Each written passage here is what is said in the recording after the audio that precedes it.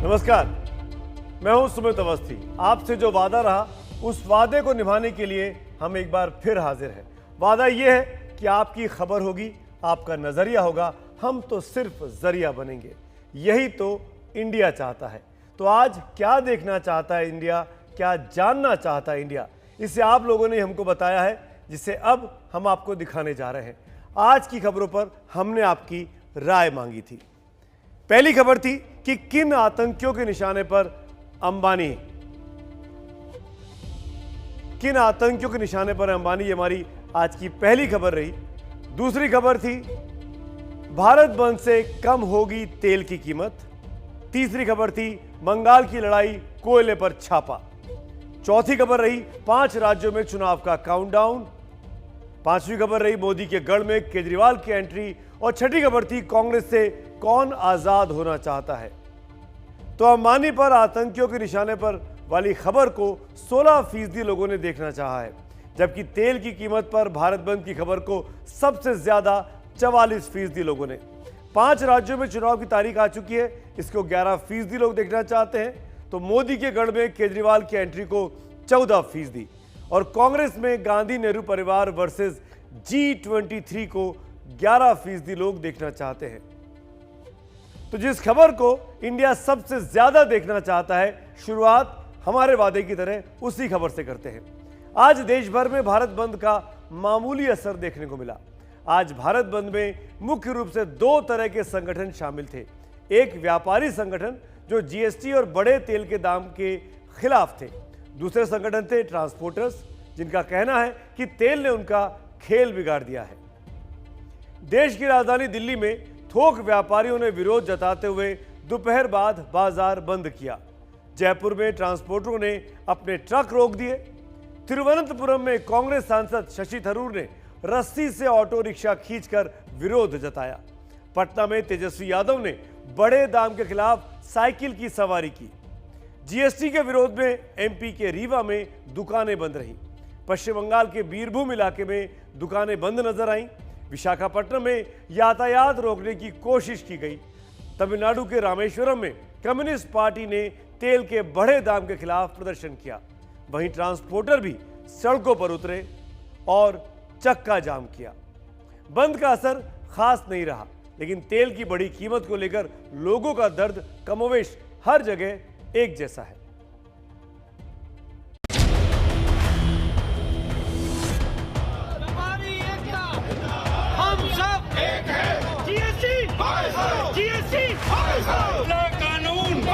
कोई भी वित्त मंत्री पब्लिक प्लेटफॉर्म पर आए और अगर वो जीएसटी का रिटर्न फॉर्म स्वयं भर के दिखा दे बिना किसी की मदद के, तो हम समझेंगे कि जीएसटी का सरलीकरण हुआ है।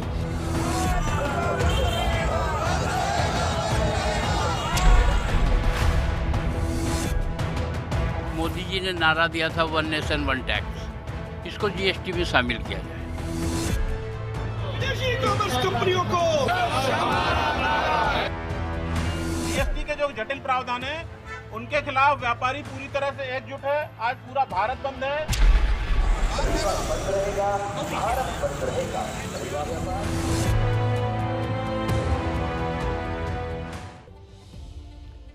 भारत बंद शायद सफल नहीं हुआ, या कह सकते कि मिला जुला असर रहा, पर सच यह भी है कि जनता तेल के बढ़े हुए दामों से परेशान है।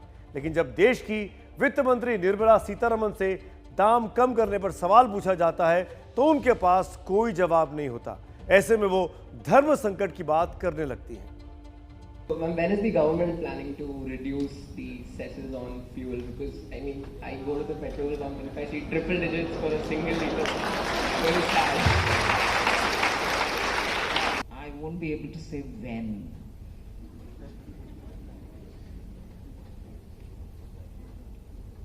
It's a dharma sankat. वित्त मंत्री जी बेशक धर्म संकट में है, लेकिन पेट्रोल डीजल के दाम कम करना कोई बहुत मुश्किल काम भी नहीं है। अगर आप वित्त मंत्री हैं तो अगर उसे जीएसटी में, यानी पेट्रोल डीजल के दामों को जीएसटी में शामिल कर दिया जाए, जिसको लेकर आज दिन भर भारत बंद हुआ।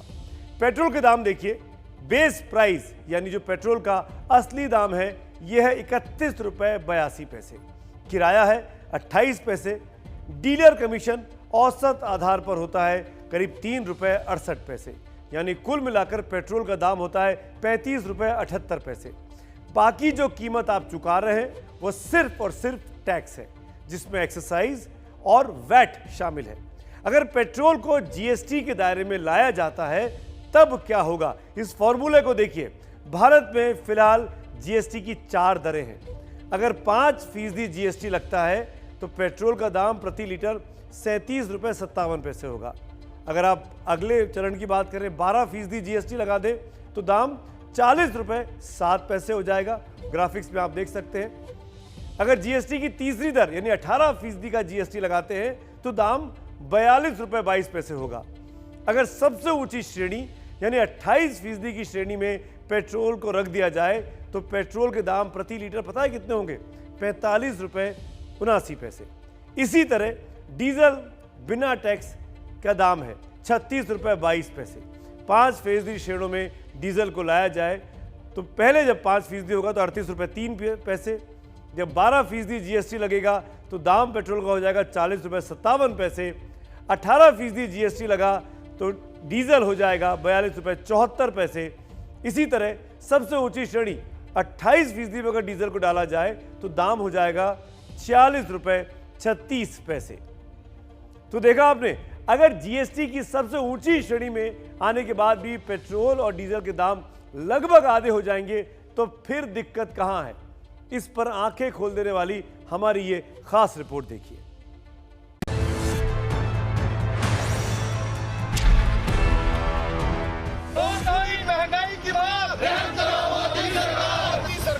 यह तस्वीरें जम्मू की, जहां शिवसेना कार्यकर्ता सड़कों पर उतरे और बढ़े हुए डीजल पेट्रोल दामों के खिलाफ स्कूटी को आग के हवाले कर दिया।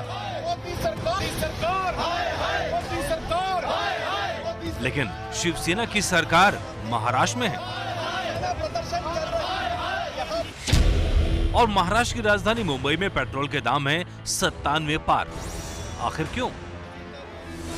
कांग्रेस के दिग्गज नेता शशि थरूर तिरुवनंतपुरम में प्रदर्शन में शामिल हुए। उन्होंने पार्टी कार्यकर्ताओं के साथ केरल सचिवालय के बाहर रस्सियों से बांधकर ऑटो रिक्शा खींचा। लेकिन कोई कांग्रेस नेता राजस्थान के इलाकों में सेंचुरी लगा चुके पेट्रोल के दाम पर कुछ नहीं कहता। आखिर क्यों? बीजेपी नेता स्मृति ईरानी राजस्थान में तेल के रेट पर बात करने से नहीं चकती। भारत सरकार एक तरफ पेट्रोल के दामों पर नियंत्रण पाने का पूर्ण प्रयास कर रही है, उसी दूसरी ओर गहलोत सरकार के पास भी इतना आवंटन है कि अगर वो चाहें तो कर कम करके राजस्थान की जनता का बोझ कम कर सकते हैं। अब ये गहलोत जी पर निर्भर है कि वो अपने प्रदेश की जनता का कितना सहारा बनना चाहते हैं अथवा कितना बोझ बढ़ाना चाहते हैं। लेकिन मध्य प्रदेश में तेल के खेल पर कुछ नहीं कहती। आखिर क्यों? तमिलनाडु के रामेश्वरम में कम्युनिस्ट पार्टी के नेता सड़कों पर उतर आते, लेकिन ये जवाब नहीं देते कि पेट्रोल क्यों केरल में 90 के पार बना हुआ जहां उनकी सरकार है। आखिर क्यों? फिलहाल पेट्रोल और डीजल पर केंद्र की तरफ से एक्साइज ड्यूटी और राज्यों की तरफ से वैट लगाया जाता है। 1 जुलाई 2017 को जीएसटी लागू होने के समय पेट्रोल और डीजल को जीएसटी से अलग रखा गया, क्योंकि राज्यों को इससे बड़ी कमाई होती है। यानी पेट्रोल और डीजल से कमाई राज्य सरकारों की भी होती है और केंद्र सरकार की भी। यही वजह है महीने में 2 बार होने वाली जीएसटी बैठक में राज्य पेट्रोल डीजल को जीएसटी में लाने की पहल नहीं करते। इसमें हमें स्टेट्स के हित का भी ध्यान रखना चाहिए और उसी को ध्यान में रखते हुए जीएसटी लागू करने में काफ़ी सीरीज ऑफ मीटिंग्स हुई और काफ़ी राज्य इसमें सहमत नहीं थे। उसके बाद जब सहमति बनी तो उसके अंतर्गत पेट्रोलियम और अल्कोहल प्रोडक्ट्स को इसके बाहर रखा गया। केंद्र और राज्य चाहें तो पेट्रोल और डीजल के दाम को जीएसटी में ला सकते हैं, पर हर सरकार गेंद को दूसरी सरकार के पाले में फेंककर गाल बजाती रहती है। अभी तो कोरोना के चलते कम कमाई का बहाना है, लेकिन जब कोरोना नहीं था तब भी किसी सरकार ने दाम घटाने की सहमत नहीं उठाई। सवाल यह कि खजाना भरने के लिए कब तक जनता की जेब काटी जाती रहेगी। तो देखा आपने, दरअसल पूरा खेल क्या है। हमने इंडिया चाहता है कि दर्शकों से राय मांगी थी, तो भारत बंद पर एक दर्शक ने हमको ट्वीट किया है। संगीता ट्विटर पर लिखती हैं कि किधर भारत बंद है जी, आंखें बंद कर लेने से भारत बंद नहीं हो जाता।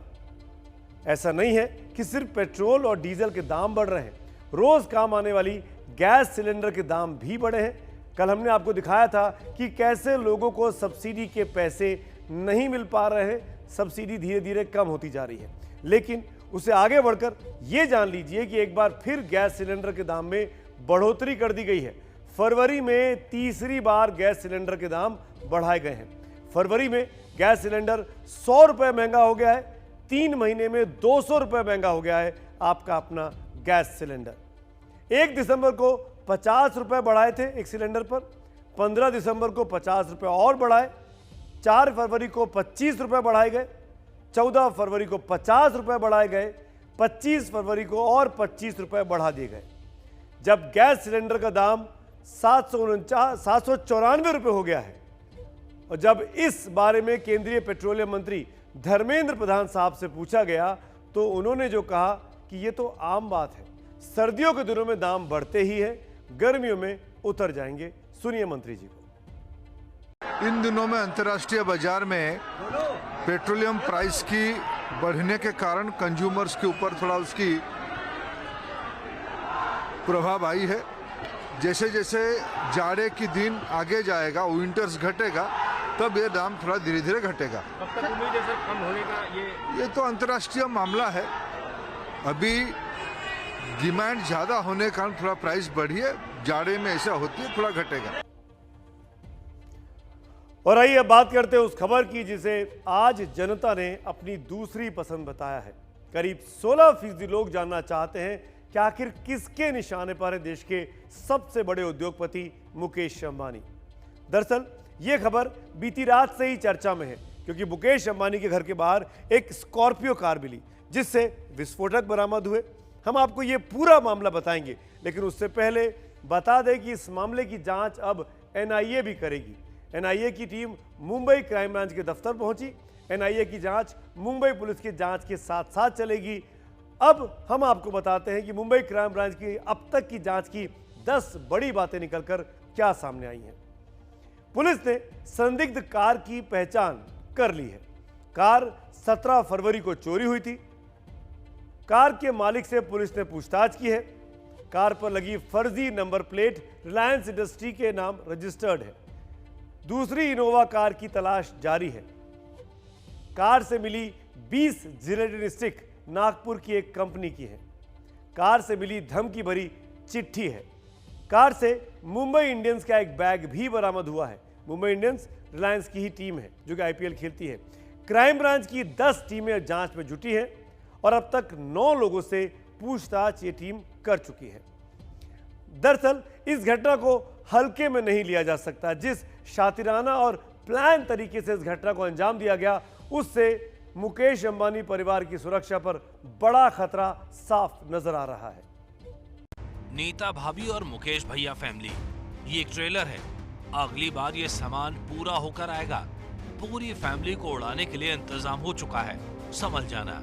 Good night.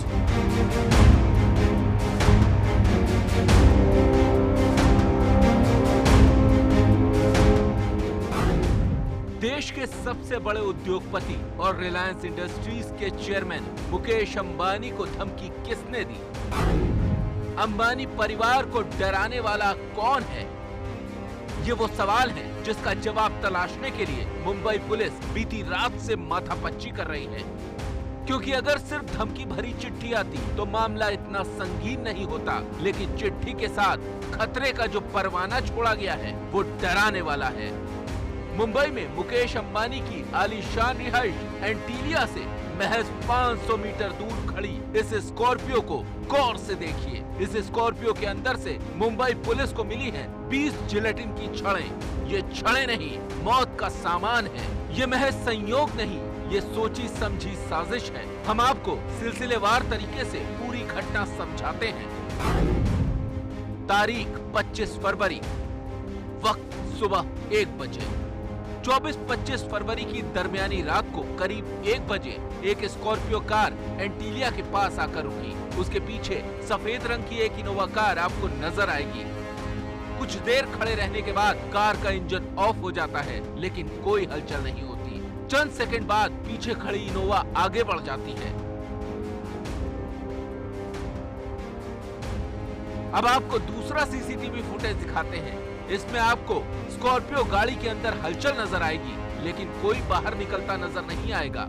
दरअसल गाड़ी में ड्राइवर सीट पर बैठा शख्स 3-4 घंटे गाड़ी के अंदर रहा और फिर पीछे के दरवाजे से बाहर निकला ताकि वो सीसीटीवी की जद में न आए।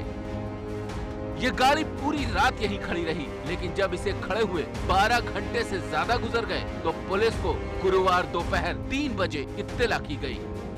पुलिस मौके पर पहुंची तो उसे मामला संदिग्ध लगा। बम निरोधक दस्ते को बुलाया गया और फिर गाड़ी से जो कुछ निकला वो हैरान करने वाला था।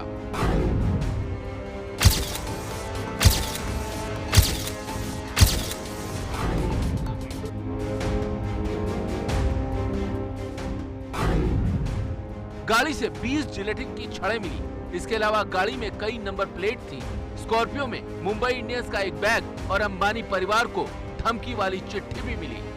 तपासनी के दरमियान गाड़ी के अंदर कुछ स्फोटक पदार्थ मिला है, जेलेटिन, और आगे की चौकसी के लिए गाड़ी को ताबे में लिया है और इस बारे में गामदेवी पुलिस स्टेशन में एक एफआईआर दाखिल हुआ है under sections 268, 465, 473, 120B IPC and 4 of explosive substances act. मामला सामने आने के बाद आनन फानन में पूरे मुंबई को अलर्ट कर दिया गया। एंटीलिया की सुरक्षा को चाक चौबंद कर दिया गया। जहां पर संदिग्ध गाड़ी पार्क की गई थी उसके ठीक सामने कॉर्नर पर एक विजय स्टोर है और इसमें लगा हुआ सीसीटीवी बहुत बड़ा सुराग है, क्योंकि इसमें साफ तौर पर दिख रहा है कि रात के 1 बजे के वक्त एक संदिग्ध स्कॉर्पियो गाड़ी पार्क की जाती है। उसके बगल से एक सफेद रंग की गाड़ी गुजरती है जो कि एंटीलिया की दिशा में आगे जाती है। एक तरफ पुलिस ये पता लगा रही है कि आखिरकार इसके पीछे कौन है, उसकी मंशा क्या थी, वो करना क्या चाहता था। दूसरी तरफ पूरे इलाके को अलर्ट कर दिया गया है।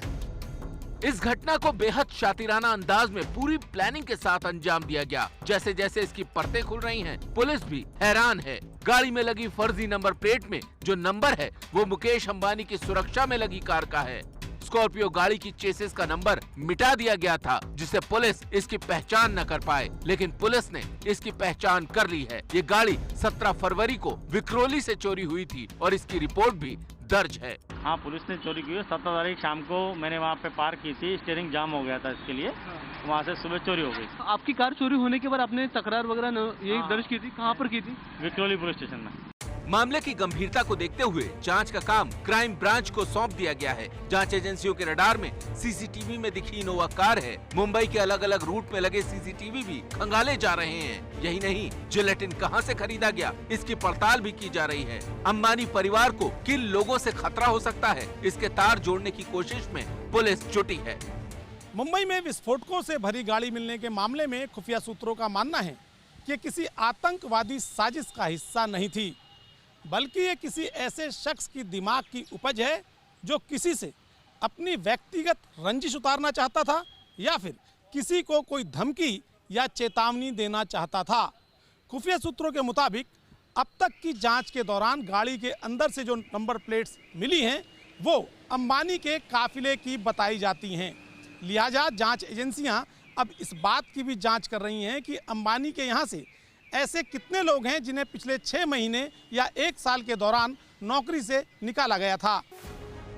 मुकेश अंबानी और उनके परिवार को पहली बार धमकी नहीं मिली है, लेकिन इस बार धमकी देने वाला उनके घर के दरवाजे तक पहुंच गया है। जाहिर है इस घटना को हल्के में नहीं लिया जा सकता, क्योंकि मामला देश की जानी मानी शख्सियत और उनके परिवार की सुरक्षा का है। हालांकि मुकेश अंबानी के पास अपनी बहुत ज्यादा सुरक्षा है, लेकिन तब भी इस मामले के सामने आने के बाद मुकेश अंबानी की सुरक्षा को लेकर भी सावधानियां बरती जा रही हैं। अब आप ये समझिए कि मुकेश अंबानी की सुरक्षा कितनी बड़ी है। मुकेश अंबानी को Z+ कैटेगरी की सुरक्षा मिली है। उनकी सुरक्षा में CRPF के 36 से ज्यादा जवान तैनात हैं। इसके अलावा अंबानी के साथ उनके निजी सुरक्षा गार्ड, जिनको बॉडीगार्ड कहते हैं, वो भी रहते हैं। अंबानी के काफिले के आगे एस्कॉर्ट गाड़ियां चलती हैं। Mukesh Ambani bullet proof BMW गाड़ी में खुद चलते हैं। उनके काफिले में मर्सिडीज की भी बुलेट प्रूफ गाड़ी शामिल है। नीता अंबानी जो कि मुकेश अंबानी की पत्नी है, उनको भी वाई कैटेगरी की सुरक्षा सरकार की तरफ से मिली है। 10 सीआरपीएफ कमांडो हमेशा उनकी सुरक्षा में रहते हैं। सुरक्षा में आने वाला खर्च अंबानी परिवार खुद उठाता है। मुकेश अंबानी को पहले भी धमकी मिलती रही है। दिल्ली बम धमाकों के बाद इंडियन मुजाहिदीन ने ईमेल के जरिए उन्हें धमकी दी थी।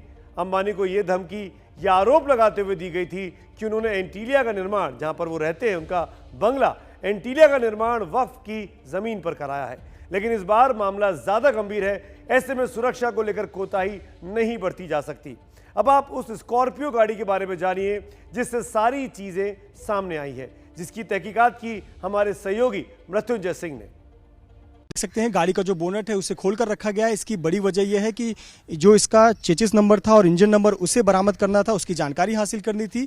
जो चेचिस नंबर है उसे ग्राइंडर से नष्ट करने की कोशिश की गई थी, लेकिन वो जानकारी मुंबई पुलिस ने हासिल कर ली। यह गाड़ी ये एंटीलिया बिल्डिंग के पास में नजर आई और इस गाड़ी पर जो नंबर प्लेट इस्तेमाल किया गया था वो MH01DK9945 ये नंबर प्लेट इस्तेमाल किया गया था। ये जो नंबर प्लेट है ये रिलायंस इंडस्ट्रीज के नाम पर जो रजिस्टर्ड गाड़ी है उसी गाड़ी का नंबर प्लेट था। फिलहाल ये मुंबई पुलिस के लिए बेहद अहम सबूत है और क्योंकि इसकी जो फॉरेंसिक जांच है वो अभी की जा रही है, क्राइम ब्रांच से जांच कर रही है और इस केस में सबसे महत्वपूर्ण ये कड़ी है स्कॉर्पियो गाड़ी, जिसे फिलहाल मुंबई पुलिस ने अपने हिरासत में लिया है और एक सीक्रेट लोकेशन पर रखा हुआ है जहां रखकर इसकी जांच की जा रही है। कैमरामैन आसिफ खान के साथ Mrityunjay Singh, ABP news, Mumbai. South Mumbai के ऑलमाउंट रोड पर मुकेश अंबानी की रिहाइश एंटीलिया है। इसी आलीशान बिल्डिंग में अपने पूरे परिवार के साथ मुकेश अंबानी रहते हैं। अंबानी परिवार का यह घर अपने नाम की ही तरह बेहद खास है। इतना खास कि बाहर से आने वाले लोग इसे देखने के लिए यहां बाहर खड़े रहते हैं। क्या है एक खासियत मुकेश अंबानी के इस आशियाने की, अब हम आपको इसके बारे में भी बता देते हैं। एंटीलिया 4 लाख स्क्वायर फीट में बना है। इसकी कीमत 15 लाख करीब 15,000 करोड़ है, माफ करिएगा 15,000 करोड़। इस बिल्डिंग में 27 मंजिलें हैं। बिल्डिंग के 6 फ्लोर में सिर्फ कार पार्किंग है। इस पार्किंग में 168 कारें पार्क होती हैं। एंटीलिया की छत पर 3 हेलीपैड भी बनाए गए हैं। एंटीलिया में gym, spa, swimming pool, theatre, party hall भी है। मुकेश अंबानी का ये घर 8 रिक्टर स्केल के भूकंप को झेल सकता है। रखरखाव के लिए हर वक्त 600 लोगों का स्टाफ घर के भीतर मौजूद रहता है। एंटीलिया की गिनती दुनिया के सबसे महंगे घरों में होती है। बर्मिंघम पैलेस के बाद यह दुनिया की दूसरी सबसे महंगी रिहाइश है। इस घर को तैयार होने में 6 साल का वक्त लगा था। साल 2012 से मुकेश अंबानी परिवार के साथ यहां पर रह रहे हैं।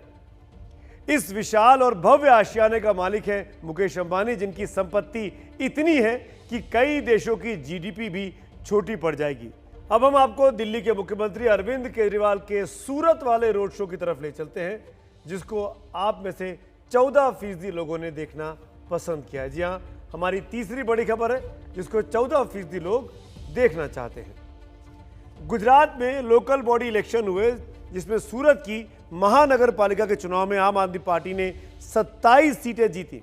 हालांकि वो बीजेपी से तो काफी पीछे है, लेकिन उसने कांग्रेस को सूरत में मिले नील बटे सन्नाटे बना दिया है। हम आपको रोड शो की तस्वीर दिखाएंगे, लेकिन पहले समझिए कि केजरीवाल के रोड शो के पीछे क्या मकसद है। केजरीवाल सूरत के बहाने गुजरात पर दरअसल नजर जमाए हुए हैं। 2022 विधानसभा चुनाव की तैयारी करते हुए आम आदमी पार्टी दिखाई देना चाहती है। बीजेपी वर्सेस आम आदमी पार्टी को के तौर पर इसको अरविंद केजरीवाल देखना चाहते हैं, यानी कांग्रेस को रिप्लेस कर रहे हैं। दिल्ली से बाहर सियासी जमीन तलाश रही है आम आदमी पार्टी, उसकी कोशिश के तौर पर भी इसको देखा जा सकता है।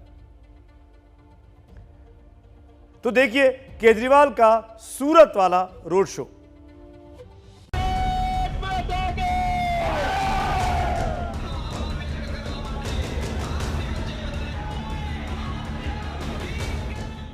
बीजेपी के गढ़ में दिल्ली के मुख्यमंत्री अरविंद केजरीवाल के सम्मान में उमड़ा लोगों का हुजूम।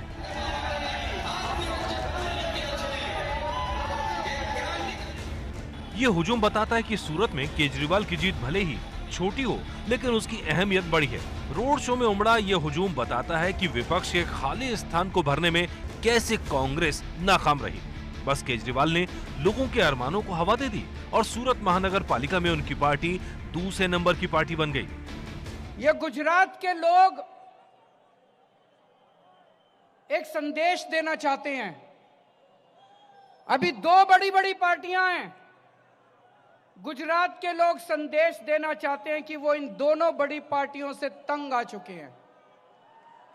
गुजरात के लोग कहना चाहते हैं कि इन दोनों पार्टियों की राजनीति को हम खत्म करना चाहते हैं। गुजरात में अभी नगर निगम के चुनाव हुए। सभी 6 नगर पालिकाओं में बीजेपी ने जीत हासिल की, लेकिन सूरत की 120 सीटों में से बीजेपी ने 93 सीटें जीती। वहीं आप 27 सीटें हासिल कर मुख्य विपक्षी पार्टी बन गई। कांग्रेस खाली हाथ रह गई। सूरत महानगर पालिका में पाई इन 27 सीटों से केजरीवाल ने अपने ख्वाबों को विधानसभा में जीत तक का विस्तार दे दिया है। सारा देश आपकी तरफ देख रहा है और अगर आपने अच्छा काम किया, 27 लोगों ने अच्छा काम किया, तो 2022 के दिसंबर में गजब की क्रांति आने वाली है गुजरात के अंदर। हालांकि देखें तो बीजेपी की प्रचंड जीत के आगे आपकी जीत बेहद छोटी नजर आएगी। लेकिन कांग्रेस को नील बटे सन्नाटा करके केजरीवाल ने प्रधानमंत्री मोदी के गढ़ में अपने लिए संभावनाओं की नई जमीन तलाश ली है। हालांकि बीजेपी इससे प्रभावित नजर नहीं आती। केजरीवाल का रोड शो शक्ति प्रदर्शन था, लेकिन असली प्रदर्शन उस विधानसभा चुनाव में होगा जो पौने 2 साल की दूरी पर खड़ा है, जहां पिछली बार केजरीवाल की पार्टी को वोटों के 1% का 10वां हिस्सा मिला था।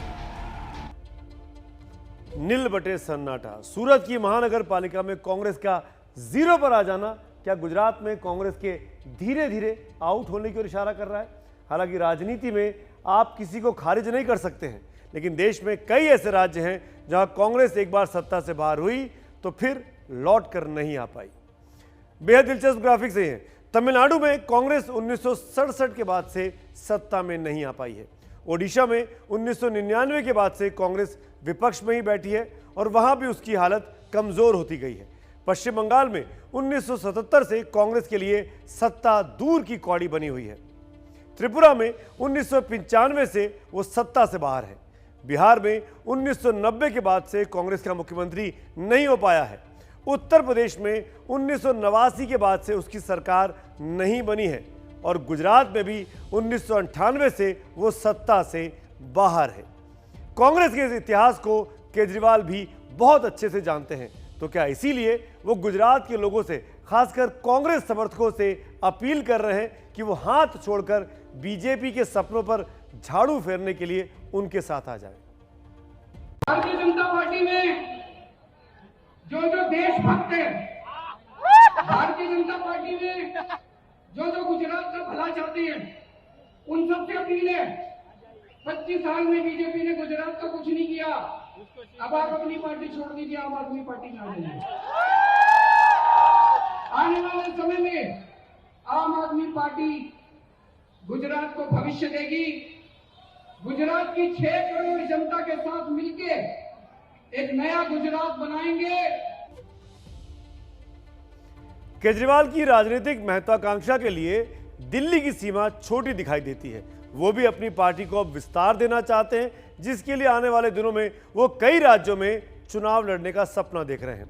और वो राज्य है उत्तर प्रदेश, उत्तराखंड। बारी बारी से भारत के नक्शे पर देखिए केजरीवाल के सपने कहाँ चुनाव लड़ना चाहते हैं। यूपी में, उत्तराखंड में, गोवा में, पंजाब में, हिमाचल प्रदेश में और गुजरात भी आज उसमें शामिल हो गया। हालांकि इस वक्त जिन 5 राज्यों में चुनाव हो रहे हैं उनमें केजरीवाल कहीं नहीं है। दरअसल दिल्ली के बाहर उनकी सियासी हैसियत बेहद सिमटी हुई है। दिल्ली में जरूर वो लगातार 2 चुनाव शानदार तरीके से जीते हैं। 2017 से 15 राज्यों में वो चुनाव लड़ चुके हैं। दिल्ली में लगातार 2 चुनाव जीते हैं। 15 राज्यों में चुनाव लड़ने के बाद अरविंद केजरीवाल की पार्टी की क्या हैसियत है? दिल्ली और पंजाब के बाहर कहीं नहीं जीत पाए। 2 जगह जरूर वो जीते। दिल्ली में 2020 में भी उनकी पार्टी ने सरकार बनाई, दोबारा मुख्यमंत्री बने हैं। पंजाब में 20 सीटों के साथ विधानसभा में वो मुख्य विपक्षी दल है, कांग्रेस को रिप्लेस किया है। 13 राज्यों में एक भी विधायक नहीं है अरविंद केजरीवाल की पार्टी, आम आदमी पार्टी का। और अब केजरीवाल ने प्रधानमंत्री मोदी के गढ़ से ही एक नई शुरुआत की कोशिश की है, जिनके खिलाफ वो पहली बार लोकसभा का चुनाव खुद लड़े थे, लेकिन 3,72,000 वोटों के अंतर से बनारस में हार गए थे। आगे बढ़ते हैं। एक तरफ कांग्रेस की जमीन कई राज्यों में कमजोर होती गई, तो दूसरी तरफ कांग्रेस के भीतर भी कम घमासान नहीं मचा है। पार्टी के कुछ सीनियर नेता इस सवाल का जवाब चाहते हैं कि एडॉक अध्यक्ष के सहारे कब तक पार्टी चलेगी। इस ग्रुप के अगुवा गुलाम नबी आजाद साहब हैं। राज्यसभा से रिटायर होने के बाद वह आज अपने गृह प्रदेश जम्मू पहुंचे। वहां से बातें कांग्रेस को जिताने के लिए की, लेकिन जब घर फूटता है तो दूसरे उसका फायदा तो लूटते ही हैं।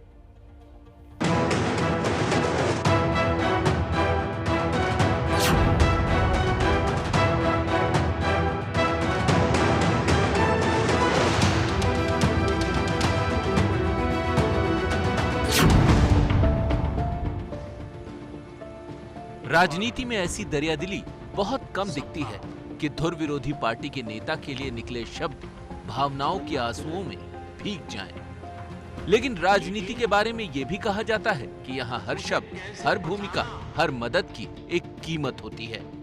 तो क्या गुलाम नबी आजाद के लिए प्रधानमंत्री मोदी का प्रेम इस कारण भी झलका होगा कि वो उस G23 के अगुवा हैं जो घुमा फिरा कर कांग्रेस में राहुल गांधी की भूमिका से खिन्न है। उन्होंने इस्तीफा दिया था और बहुत सारी गुजारिश करने के बाद भी वो अभी नहीं मान रहे हैं। अगर चुनाव की प्रक्रिया की घोषणा होने के बाद अगर अपना मन बदल लें तो कांग्रेस पार्टी के एक वरिष्ठ नेता है, उनको पूरा अधिकार है चुनाव लड़ने का, और चुनाव लड़े तो मैं समझता हूँ वो बिल्कुल जीत जाएंगे। चाहेंगे कि वो चुनाव लड़ें, उनको दोबारा एक बार वो उनके ये जिस कारण से उन्होंने इस्तीफा दिया था वो कारण क्या है, वो कारण क्या हल हो चुका है क्या, तो मैं समझता हूँ उन पे छोड़ें। आजाद राज्यसभा की सांसदी से आजाद होने के बाद शुक्रवार को पहली बार जम्मू पहुंचे अपने घर। उनके साथ ही G23 के नेताओं के पहुंचने की खबर आई। घर से वो कांग्रेस दफ्तर पहुंचे, यानी वो इस भंगिमा को बनाए रखना चाहते हैं कि वो कांग्रेस में हैं तो हैं। वैसे भी आजाद ने पीएम मोदी की तारीफ के बावजूद कहा था कि वो जिस दिन बीजेपी में जाएंगे उस दिन कश्मीर में बर्फ काली हो जाएगी। प्रधानमंत्री तो प्रधानमंत्री है, वो स्पीकर तो है अच्छे, आप उसका उससे इनकार तो नहीं कर सकते। लेकिन हम लोग कांग्रेस का अटूट हिस्सा है, उसमें कोई फर्क तो नहीं आएगा। हमारे संबंध विपक्ष के लोगों से अच्छे हमेशा थे। 2014 में दिल्ली की राजनीति में प्रधानमंत्री मोदी का कद जैसे जैसे बढ़ता गया, कांग्रेस का साया उसी लिहाज से छोटा होता गया। 2019 के लोकसभा चुनाव के बाद से कांग्रेस के पास एक अदद अध्यक्ष तक नहीं है। सूत्रों के मुताबिक राहुल गांधी के नेतृत्व में कई नेताओं को भरोसा नहीं है। उन नेताओं ने सोनिया गांधी को चिट्ठी लिखकर अध्यक्ष पद के लिए चुनाव की अपील की थी, लेकिन वो चिट्ठी 10 जनपद की फाइलों में दब गई। अब आजाद की अगुवाई में वो नेता कांग्रेस को संवारने की दुहाई दे रहे हैं। इस टूर का सबसे बड़ा जो इंडिकेशन था, जो बाहर र्यूमर्स थे, उन र्यूमर्स को अपने आप ही जवाब देने के लिए उन्होंने सीधे सजदा किया अपने कांग्रेस के मंदिर, कांग्रेस के ऑफिस में, और कांग्रेस के साथियों के साथ में अपने दिल के ख्यालात शेयर किए, जो आने वाले वक्तों में कांग्रेस को और मजबूती देंगे। कांग्रेस में आजाद की अगुवाई वाली G23 में कपिल सिब्बल, आनंद शर्मा, भूपेंद्र सिंह हुड्डा, पृथ्वीराज चौहान, मनीष तिवारी और विवेक तनखा जैसे नेता हैं। आजाद का अपने घर में इन नेताओं के साथ जमावड़ा यही बताता है कि कांग्रेस में सब कुछ ठीक ठाक नहीं है। आखिर क्या चाहते हैं कांग्रेस में G23 के नेता, और जिस चाहत पर केंद्रीय नेतृत्व कुंडली मारकर बैठा है, इसको देखने से पहले यह देखिए कि कांग्रेस में पिछले 40-45 साल में कब कब बड़ी टूट हुई है। 1978 में कांग्रेस में अपनी अनदेखी से इंदिरा गांधी ने पार्टी छोड़ दी थी और कांग्रेस इंदिरा बना ली थी। 1987 में बोफोर्स तोपकांड को लेकर वीपी सिंह ने बगावत की तो कांग्रेस ने उनको पार्टी से निकाल दिया। 1998 में पार्टी में अपनी अनदेखी से तंग आकर ममता बनर्जी ने कांग्रेस छोड़ दी और टीएमसी बना ली। 1999 में शरद पवार ने सोनिया के विदेशी मूल पर उनको चिट्ठी लिखी तो पीए संगमा और तारिक अनवर के साथ उनको पार्टी से बाहर का रास्ता दिखाया गया। अब एक चिट्ठी G23 के नेताओं ने भी लिखा था जिस पर कोई कार्रवाई नहीं हुई। हालांकि पार्टी में वो नेता हाशिए की तरफ धीरे धीरे बढ़ते जा रहे हैं। दरअसल इन नेताओं की 4 मांग है। पहली कि कांग्रेस का पूर्णकालिक अध्यक्ष होना चाहिए। ये मांगे यहां पर है। क्या चाहता है G23? कांग्रेस का एक पूर्णकालिक अध्यक्ष हो। जब से सोनिया गांधी और राहुल गांधी के बीच कंफ्यूजन है, तब से कुछ क्लियर नहीं हो पा रहा है कि कौन कांग्रेस की कमान संभाल रहा है या संभालना चाहता है।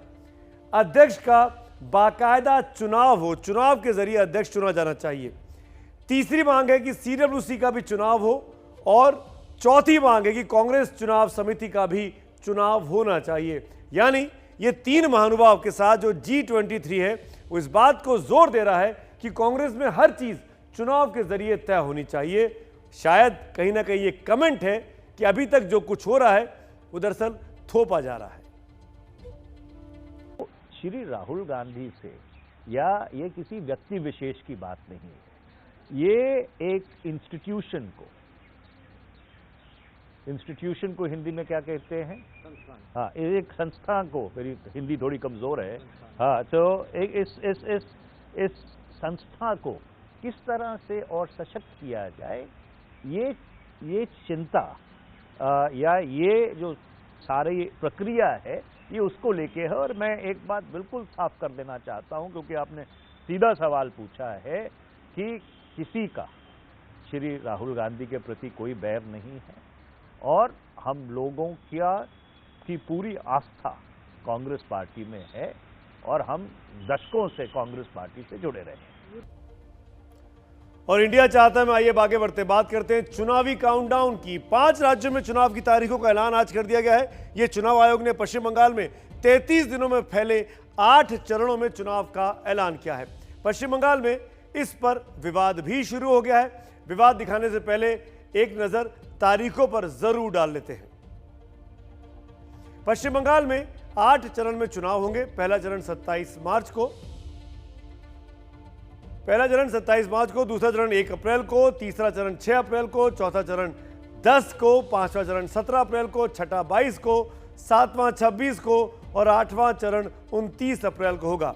नतीजे 5 राज्यों के 2 मई को ही घोषित किए जाने हैं। अब आपको बाकी के 4 राज्यों के चुनावी कार्यक्रम पर एक नजर डाल लेते हैं। असम में शुरुआत करते हैं। 3 चरणों में असम में चुनाव है। 27 मार्च, 1 अप्रैल और 6 अप्रैल को वोटिंग होगी। तमिलनाडु में 6 अप्रैल, केरल में 6 अप्रैल और पुडुचेरी में 6 अप्रैल को एकमात्र चरण में पूरे राज्य के चुनाव निपट जाएंगे। तो सारे राज्यों के चुनाव 29 अप्रैल को निपटेंगे और 2 मई को 5 की एक साथ काउंटिंग के नतीजे आपके सामने आएंगे। चुनाव आयोग कह रहा है कि 8 चरणों में चुनाव बड़ी बात नहीं है। हालांकि पिछली बार 7 चरणों में पश्चिम बंगाल का चुनाव हुआ था। West Bengal, 8 phases. Last time it was 7. No, that was, I have the data with me. I have to meet such intelligent people. No, that was split into 6A and 6B. It was ineffectively 7. It was split into 6A and 6B. और चुनाव आयोग के ऐलान के तुरंत बाद मुख्यमंत्री Mamata Banerjee media के सामने आई और चुनाव आयोग पर एक बेहद संगीन और बड़ा आरोप लगाया। उन्होंने कहा कि 8 चरणों में चुनाव कराकर चुनाव आयोग भारतीय जनता पार्टी को फायदा पहुंचाना चाहता है। इलेक्शन कमिशनर কাছে রিকোয়েস্ট করব with my humble regard, please consider West Bengal is your own state. Don't consider in the eyes of BJP. And whatever BJP have been decided, I have seen their list in the party office, and today I have seen the same list is been in the outside. I'm really sorry. I'm shocked. तो ममता बनर्जी ने आरोप लगाया तो उसके बाद BJP भी सामने आई आरोप का जवाब देने के लिए। सुनिए क्या कहा केंद्रीय मंत्री प्रहलाद पटेल ने। तो निर्वाचन आयोग ने सूचनाएं ली हैं वो हमसे नहीं ली हैं, वो पश्चिम बंगाल के ब्यूरोक्रेट से ली है, वहां के कर्मचारियों से ली है। तो फीडबैक के आधार पर उन्होंने कहा है कि हमने सेंसिटिव बूथों के चयन कर लिया है और इसलिए उन्हें जो रोड मैप दिया कि राज्य सरकार, राज्य की पुलिस बल और ये मिलकर काम करेंगे, लेकिन डिप्लॉयमेंट सेंसिटिव बूथों पर दोनों मिलकर करेंगे और पर्यवेक्षक करेंगे।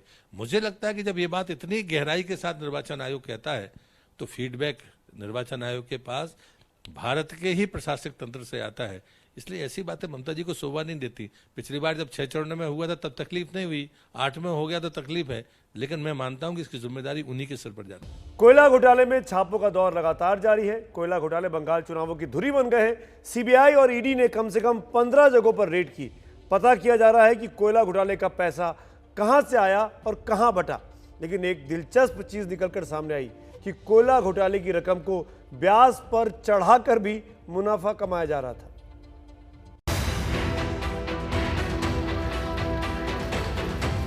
यह सियासी रूप से गरमाए कोलकाता में एक के बाद एक पड़े छापों की तस्वीरें। कोलकाता के अलावा दुर्गापुर, पुरुलिया समेत कुल 15 जगहों पर छापे मारे गए। ईडी ही नहीं, सीबीआई भी सक्रिय है। सीबीआई ने एक बड़े व्यापारी रणधीर कुमार बर्नवाल के ठिकानों पर छापेमारी की और जो सच सामने आया वो चौंकाने वाला था। सीबीआई सूत्रों के मुताबिक अब तक की जांच के दौरान बर्नवाल के संबंध कुछ बड़े पुलिस अधिकारियों से भी पाए गए हैं और यह आरोप भी है कि बर्नवाल इन पुलिस अधिकारियों का अवैध धन इधर से उधर करने का काम किया करता था। सूत्रों के मुताबिक इस मामले में ईडी और सीबीआई ने आज जो छापेमारी की है उस दौरान पता चला है कि कुछ बड़े पुलिस अधिकारी रिश्वत की रकम को ब्याज पर भी देने का काम कर रहे थे। कोयला घोटाले में सीबीआई ममता बनर्जी के भतीजे अभिषेक बनर्जी की पत्नी रुजिरा और रुजिरा की बहन मेनका से भी पूछताछ कर चुकी है। सीबीआई सूत्रों के मुताबिक जांच के दौरान कुछ ऐसे व्हाट्सएप मैसेज मिले जिनसे पता चलता था कि विदेशों में पैसे अभिषेक की पत्नी के रिश्तेदारों को भेजे गए। अब सीबीआई मकसद जानना चाहती है। फिलहाल पश्चिम बंगाल में चुनाव की अधिघोषणा के साथ ही स्थानीय सरकार का शासन खत्म हो जाएगा और ऐसे में जांच एजेंसियां तेजी से उन नेताओं और नौकरशाहों पर शिकंजा कसेंगी जो स्थानीय प्रशासन की आड़ में अब तक बसते आ रहे थे। सूत्रों का कहना है कि जांच एजेंसियां इस मामले में जल्द ही गिरफ्तारियों का सिलसिला भी शुरू करने जा रही हैं। यानी आने वाले दिनों में जैसे जैसे सियासी माहौल गरमाएगा, छापेमारी और गिरफ्तारियों का सिलसिला और तेज हो सकता है और जिसका असर कई अधिकारियों के साथ साथ राजनेताओं पर भी पड़ सकता है। इंडिया चाहता है में अब बारी है आज के शब्द की। मैं रोज ट्विटर पर एक शब्द सालों से पोस्ट करता आ रहा हूं। इसके पीछे मेरी एक सोच है, वो ये कि इस शब्द के जरिए हजारों लोगों के विचार मुझ तक पहुंचते हैं। अब इंडिया चाहता है जरिया बना है उन संदेशों को लाखों लोगों तक पहुंचाने का। तो आज सुबह जो मैंने शब्द पोस्ट किया था वो था समीक्षा। रोज की तरह इस शब्द से जुड़े कई संदेश मुझे मिले हैं। जो 2 संदेश हमने चुने हैं उसमें पहला है मुकेश द्विवेदी का। द्विवेदी जी लिखते हैं, पढ़ो पृष्ठ खुद के लिखे, करो समीक्षा आप, खुद में खुद की मापनी, सरल स्वयं ही नाप। बहुत सुंदर विचार हैं आपके। और दूसरा संदेश आया है श्रेयांश शुक्ला का। वो लिखते हैं, हार से न टूटकर इंसान अपने प्रयासों की समीक्षा करने लगे तो उसे सफलता पाने से कोई रोक नहीं सकता। बिल्कुल ठीक लिखा है श्रेयांश आपने। आत्म समीक्षा इंसान को बेहतर बनाती है, इसमें कोई शक नहीं, लेकिन एक न्यूज़ शो को अच्छा करने की प्रेरणा देती है उसके दर्शकों की समीक्षा। आपको हमारा ये शो कैसा लग रहा है, आप भी हमें बताएं ताकि हम इसे और बेहतर बना सकें, क्योंकि ये शो आपका है और आपके जरिए ही चलता है। इंडिया चाहता है में आज के लिए इतना ही।